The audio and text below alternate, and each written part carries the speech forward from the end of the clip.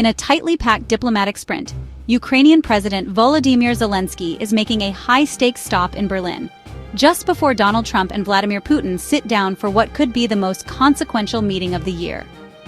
The official agenda between Zelensky and German Chancellor Annalena Baerbock is being kept deliberately vague, with both leaders citing security consultations and strategic coordination. But political watchers see this as far more than a routine visit.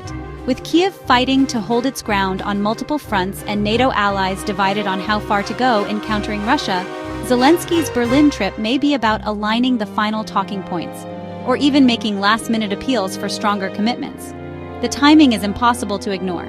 Trump's upcoming meeting with Putin has already rattled European capitals, with fears that U.S. policy could shift toward a softer line on Moscow. For Ukraine, any sign of wavering American resolve could be disastrous. Berlin, as one of Kyiv's most significant arms suppliers and a leading voice in EU sanctions policy, is a critical player in shaping the Western stance ahead of the Trump-Putin talks. Some analysts believe Zelensky is pushing for a united transatlantic message, a no-concessions stance that would box Trump in diplomatically. Others think the Ukrainian president may be seeking contingency plans in case Washington signals a willingness to strike a deal with the Kremlin, potentially at Ukraine's expense. Meanwhile, Moscow is watching closely. Russian state media has already framed Zelensky's trip as a sign of desperation, portraying it as a last-ditch lobbying effort before Trump and Putin decide the future of the conflict.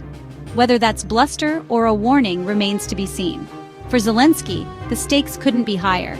Every handshake, every soundbite, every closed-door conversation in Berlin could shape the leverage, or lack of it, Ukraine brings into the next phase of this geopolitical chess match. The diplomatic clock is ticking. Like, subscribe, and we'll track every move leading up to the Trump-Putin summit, and what it could mean for the war's future.